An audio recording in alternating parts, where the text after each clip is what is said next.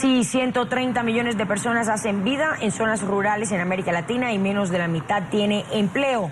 Según datos de la Organización Internacional del Trabajo, la OIT, la pobreza en esos espacios es más alta que en las urbes y el trabajo es más vulnerable. El director de la institución, José Manuel Salazar, destacó como una de las principales preocupaciones el presupuesto que los gobiernos destinan a los sistemas de pensiones y salud en las áreas agrícolas. Dice que representa un aproximado de 30% menos en ambos casos. En la conferencia Trabajar en el campo en el siglo XXI, que fue celebrada o que se celebró en Bogotá, Salazar indicó que uno de los grandes retos de la OIT, en conjunto con los estados, es reducir las grandes brechas, así como ofrecer mejores oportunidades laborales, en especial a los jóvenes, para evitar el éxodo. Y justamente aquí en la mañana de NTN 24 hablamos con los protagonistas de la noticia. Saludamos en Bogotá a José Manuel Salazar, director regional de la OIT para América Latina y el Caribe. Bienvenido, gracias por estar con nosotros. Buenos días, muchísimas gracias, un gusto estar aquí. Muy bien, ¿cuál es el panorama actual de empleo en las zonas rurales de América Latina?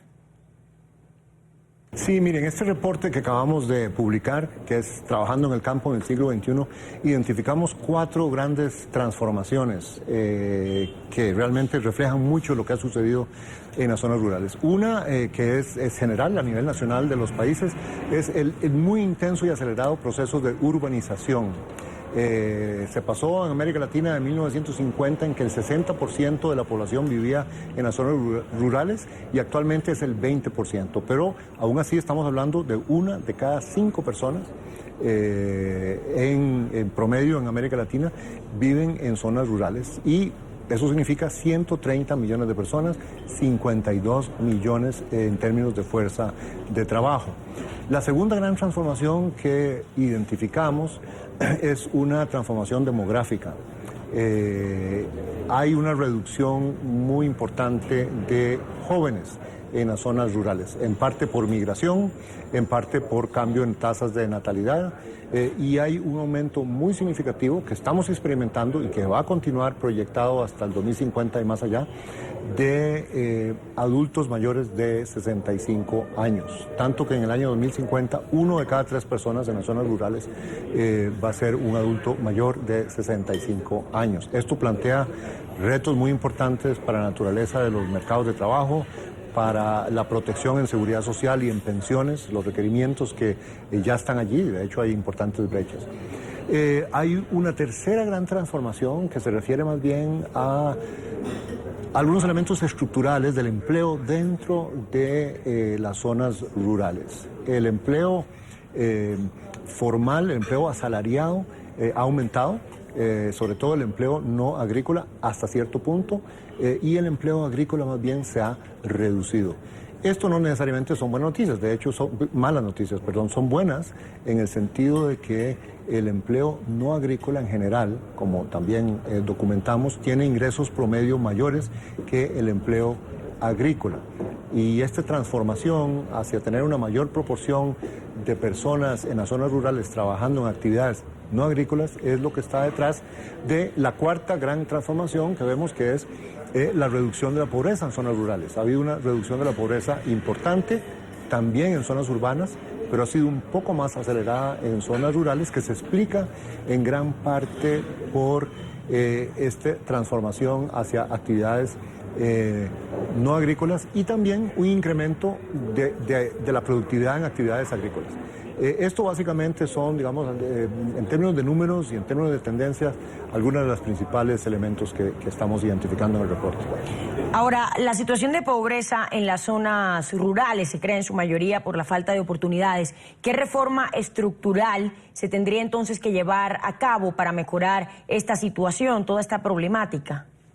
Que parte de lo que hay que hacer es atacar ese sesgo urbano, compensando por aumentando las tasas de inversión pública y también privada, por supuesto, en las zonas rurales, creando políticas de desarrollo productivo con un enfoque territorial. Varios países están haciendo eso de manera muy significativa y eso significa movilizar y dinamizar el diálogo social, empleadores, trabajadores, grupos de productores organizados, potenciando también formas cooperativas y solidarias de producción. En fin, hay una agenda muy importante de desarrollo productivo, de inversión en educación y en recursos humanos, de inversión en infraestructura física y de política social, sobre todo en materia de ampliar las coberturas de los sistemas de seguridad social. Y todo eso requiere una gran coordinación, mucho más de la que ha habido ahora, entre diversos ministerios y diversas agencias de desarrollo para un desarrollo rural integrado. Ahora, en el informe, en el reporte, ¿qué encontraron respecto a la participación de las mujeres en trabajos donde la principal actividad es agrícola? Hay un gran sesgo en contra de las mujeres, un gran sesgo de género, mayor que los sesgos que hay en las zonas urbanas.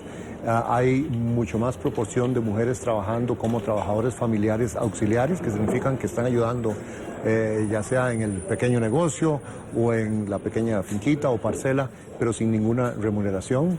Hay mucho menor proporción de mujeres con contrato de trabajo y con trabajo formal en zonas rurales que urbanas. De manera que la agenda de género, de cerrar brechas de ingreso, de acceso al mercado laboral, y sabemos que hay muchos obstáculos que explican esta realidad. Esta es una agenda sumamente importante y central en los retos de mejorar el empleo y la productividad en los niveles de vida en zonas rurales. Y en cuanto al trabajo infantil, ¿qué pasa? ¿Qué ha pasado? ¿Se ha trasladado del campo a las grandes ciudades? ¿Cómo garantizar el retorno de estos menores a sus lugares de origen? Mira, en realidad el trabajo infantil se ha reducido bastante en zonas rurales y urbanas, pero quedan unos 12.5 millones de jóvenes, muchachos y muchachas que todavía trabajan en América Latina. Esto es algo que la OIT está trabajando muy intensamente. Hay una iniciativa de América Latina y el Caribe que se lanzó en el 2014 con una serie de puntos focales, que ha organizado una serie de reuniones para ver mejores prácticas. Y ahora hay varios estudios, uno que hicimos nosotros, sobre qué políticas para reducir el trabajo infantil. De nuevo estamos en el núcleo duro del trabajo infantil porque una proporción importante está en las áreas rurales y es duro porque allí hay menos presencia del Estado, cuesta más llegar con programas de oportunidades. En el estudio de costo-beneficio que hicimos determinamos que el costo, el elemento de inversión más elevado que se requiere hacer para la eliminación del trabajo infantil es la construcción de escuelas. Recordemos que cuando decimos erradicar el trabajo infantil no es solo que no estén trabajando y que estén en la casa, es que estén en la escuela, de manera que es un programa que también se podría llamar de escolarización. Y ahí la inversión más alta es precisamente en zonas rurales para tener escuelas en los lugares en donde hay niños que no están yendo a la escuela precisamente porque no existe esa infraestructura.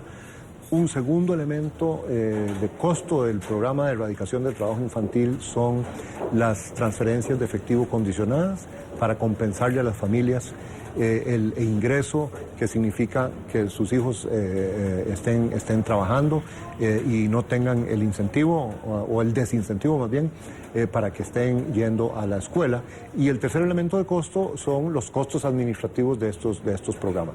Hemos calculado eso como porcentaje del Producto Interno Bruto de los países. Es una suma importante, pero es una suma que es imperativo hacer porque estamos hablando de la próxima generación. El futuro del trabajo en gran parte está determinado por esos 12, 13 millones de niños y niñas que en este momento no están yendo a la escuela y están trabajando, y que sabemos que entonces su futuro para ellos y para sus familias va a ser muy diferente que los de los jóvenes que sí tienen oportunidades de trabajo y un buen comienzo en el mercado laboral. Sí, ¿y cómo disminuir la migración de las zonas rurales en países donde hay presencia de grupos armados que a través de amenazas, de extorsiones, obligan a los campesinos, a los pobladores a abandonar sus tierras, sus lugares de vivienda? Mire, ese es un problema sumamente profundo y complejo. ¿Cómo reducir eso? La paz, yo creo que es la mejor solución, la posibilidad de que no exista esa situación de violencia, de conflicto armado en las zonas rurales que da lugar a los abusos y a las distorsiones de actividades a las que usted se refiere. Esa es la prioridad número uno y en ese sentido es sumamente acertado y esperanzador de parte de Colombia que se haya avanzado tanto en el camino de la paz y que esperamos va a continuar por ese camino ahora con las renegociaciones que se están planteando. Pero una vez eliminado ese problema principal, ese gran obstáculo, quedan grandes retos y quedarán en Colombia, y los hay en otros países, para hacer las inversiones en desarrollo productivo, en oportunidades de empleo, en oportunidades de educación, en conectividad física y en conectividad de todo tipo, para que todo el potencial productivo y de bienestar y de crecimiento de las zonas rurales sea potenciado al máximo. En ese sentido, el bono de la paz, en términos económicos, en términos de mejoramiento económico-social, para un país como Colombia, es incalculable y muy, muy elevado. ¿Cuáles son las conclusiones y esas recomendaciones de la OIT para el futuro laboral de las zonas rurales a mediano y corto plazo en América Latina y también en el Caribe? Mire, en términos de recomendación de política, este es un tema complejo. Para simplificarlo, agrupamos 3 grandes grupos de recomendaciones. Hay un primer grupo de recomendaciones que tiene que ver con los retos del desarrollo productivo, la diversificación productiva y las inversiones en las zonas rurales. Eso lleva temas que van desde el tema del ordenamiento agrario y los derechos de propiedad en zonas rurales, que es fundamental, hasta las inversiones en infraestructura, en acueductos, en electricidad, en escuelas, en centros de formación profesional, la inversión en el talento humano, los recursos humanos. Sigue habiendo enormes brechas de educación y de recursos humanos en las zonas rurales, y si estas brechas se cerraran, habría posibilidades de tener actividades de mucho valor agregado en zonas rurales. Pasa por el tema de los diferentes tipos de organizar la producción, desde agricultura comercial hasta pequeñas parcelas, hasta formas asociativas y cooperativas de producción, etc. Un segundo gran grupo de recomendaciones tiene que ver con políticas de mercado de trabajo, y respeto a las políticas de salario mínimo. Tenemos datos allí sobre cómo hay relativamente baja proporción de contratos escritos en zonas rurales y es importante formalizar la contratación escrita, mejorar la intermediación, los servicios de inspección laboral. Muchos ministerios de trabajo no llegan a las zonas rurales profundas, es importante eso también. Servicios de empleo, sobre todo para los jóvenes, para identificar oportunidades. En fin, el área de políticas laborales complementa de muchas formas lo que se haga en el campo del desarrollo productivo, el ataque a la informalidad también, y mucho el trabajo de diálogo social y de fortalecimiento de las organizaciones sindicales y de las organizaciones de empleadores, que pueden jugar y juegan un papel fundamental en toda esta agenda que he estado enumerando hasta ahora. Y el tercer campo es el campo de mejorar la coordinación.